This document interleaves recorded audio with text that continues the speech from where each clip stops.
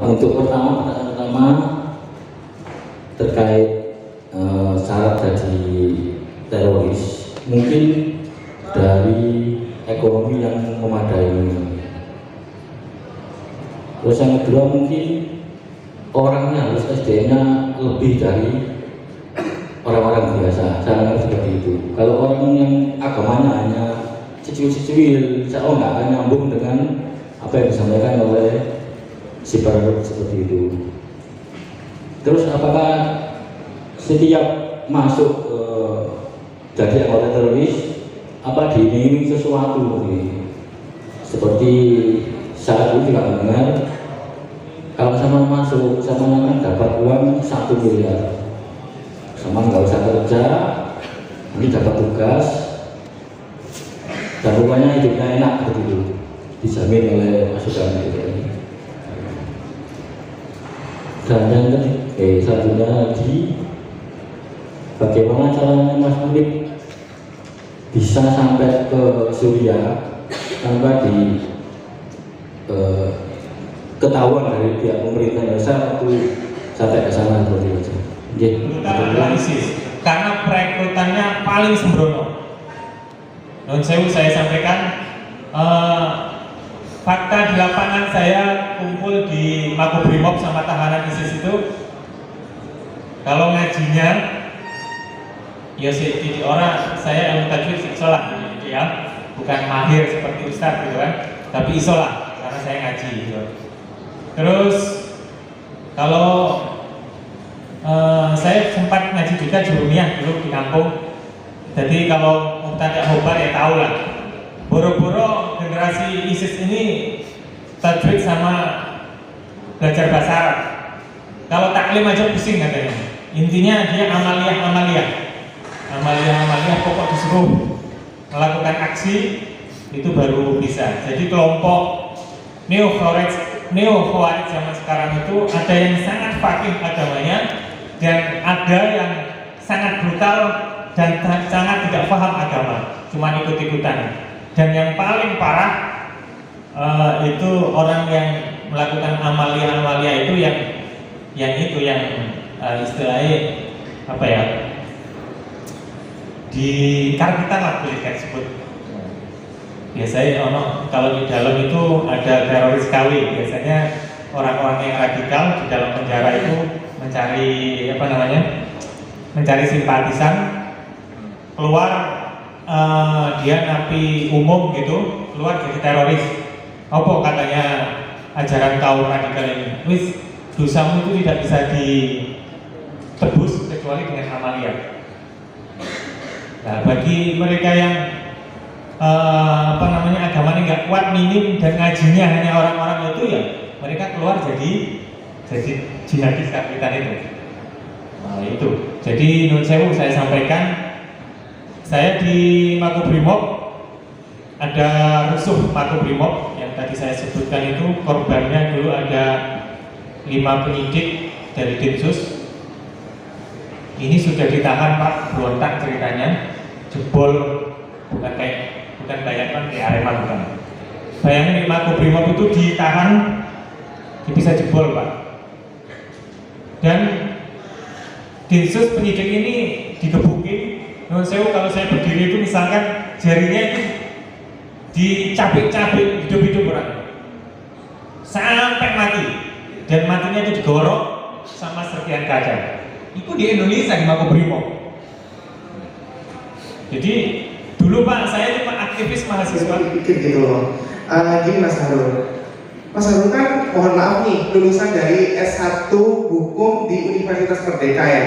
Seharusnya Mas Harul kan juga bisa memilah dan memilih gitu loh, apakah ini terorisme atau bukan.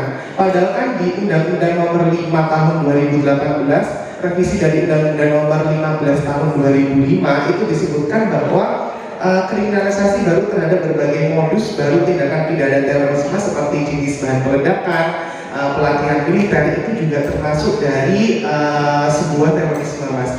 Nah lalu mengapa Mas Harul dengan enaknya, dengan mudahnya tuh gampang sekali terhasut dengan itu gitu loh Mas. Padahal kan pas waktu di kuliah pastinya Mas Harul juga tahu dong tentang undang-undang kayak ini seperti itu.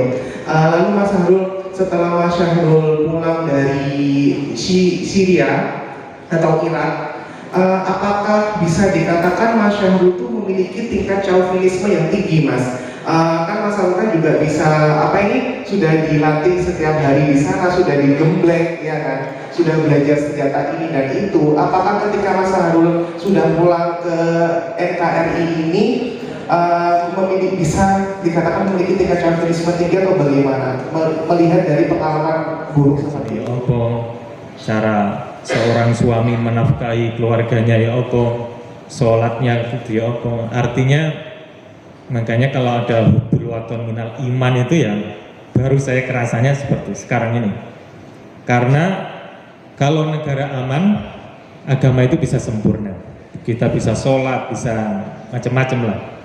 Nah, itu pengalaman saya. Kenapa saya harus sekarang banyak memberikan pengalaman? Saya nggak pingin punya cita-cita. Saya kemarin ngisi 3.800 mahasiswa di UIN Malang. Saya nggak pingin sebenarnya cita-cita Kokon menyampaikan materi sebagai mantan napiter, kan nggak keren sebenarnya. Tapi yopo-yopo mana ya istilahnya sekadung kena stempel ya aku. Ya kan? Wis kadung ngrasani Nusa Kambangan. Tahu sama Nusa Kambangan? Wah, ngeri Pak. Nun sewu ya, aku ki kan nom-nomane sik rada ganteng lah pian. SMA-ne gitu kan. Aku membayangno pas ning Nusa Kambangan ketip, ngerti ya pakai bahasa Jawa ya? Yalah, saya kalau ke seminar nggak di Jawa Timur aku nggak pakai ngomong Jawa. Saya kene ketip-ketip ngono Pak. Saya kadang-kadang yo iluwe metu. Aku gitu sopo ya. Padahal aku SMA jadi ketua OSIS. Istilahnya paling disayang gitu. Jadi nangis Pak kadang. Di Nusa Kambangan sepi, suarane jangkrik, kadang-kadang ya kalau suarane ada majalah Dapik waktu itu. Bagaimana tahanan-tahanan diberlakukan, dieksekusi. Tahu Pak? Saya itu pas waktu itu ibu kotanya ISIS itu di Kota Rokoh namanya. Di Rokoh itu ada kayak alun-alun bundaran, kalau di sini bundaran kayak di Jombang itulah, cuman kurang gede Pak. Ada pagar-pagar itu, ada kepala manusia ditancapkan di situ. Itu serius. Aku lah ngomong ini, roto inget iling mana nih. Saya melihat kaki terlepas di sana tahu. Ada orang megap, ya Allah. Saya ingatlah memori itu. Jadi lah ngomong.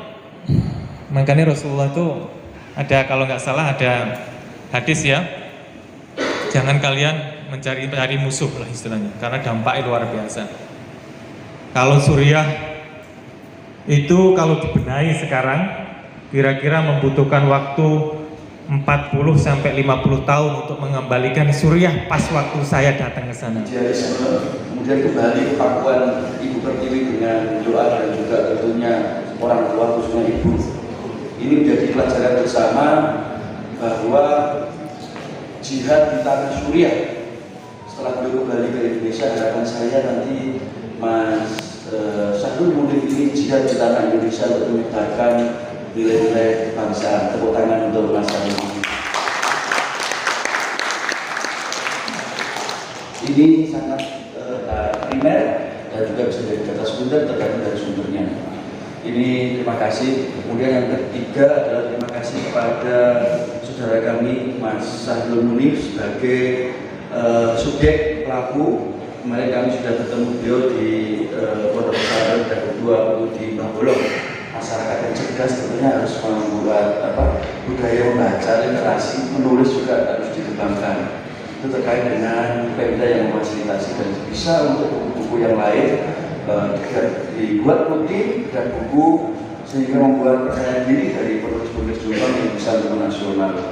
Yang kedua juga saya terima kasih kepada Memo Express di mana mengadakan kegiatan ini. Salah satu Memo Express itu apa ya? Expos. Memo Express ya? Saya kira kereta api Memo Express. Mohon maaf Mas.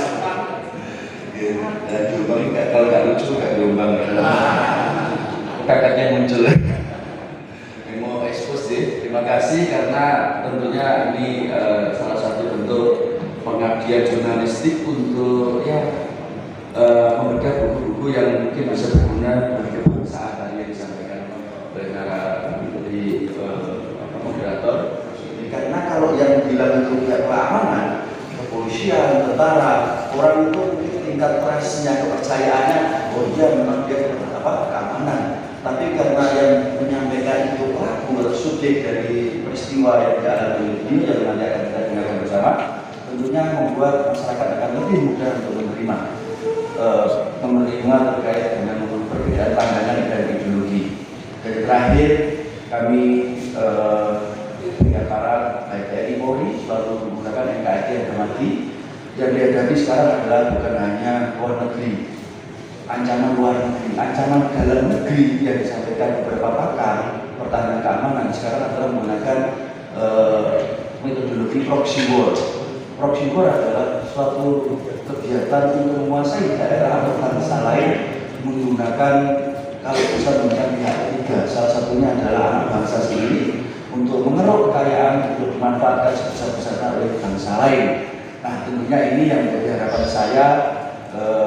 Kita harus kompak, kita harus solid, memakmurkan, jangan sampai terpecah belah, apalagi menjelang tahun politik 2024. Sangat sayang sekali, sangat bagi saya secara pribadi dan juga generasi muda ketika membaca sejarah perjuangan para pahlawan pendahulu kita baik muslim atau non muslim, khususnya di Jombang sendiri itu sangat luar biasa. Ya. Kita akan menjadi malu ketika harus berhadapan dengan para pendahulu yang dulu mengorbankan jiwa raga untuk kesatuan bangsa Indonesia. Makanya generasi muda silakan berkreasi, silakan untuk mengisi nilai-nilai kemerdekaan dengan bidangnya masing-masing. Ada yang teman-teman wartawan, ada teman-teman bidang perawat, ya, ada yang berkreasi wirausaha untuk membuat lapangan pekerjaan, itu salah satu bentuk mengisi nilai-nilai kemerdekaan. Kurang lebih demikian, saya sekali lagi mengapresiasi api jihad di tanah Suriah. Ini menjadi salah satu pemicu dan juga pemacu untuk api jihad di tanah Indonesia, bumi pertiwi yang tercinta ini. Selanjutnya diberikan kepada Bapak Kasih Ketua dari Kodim 0814 Jombang. Yang terakhir, ya, foto bersama.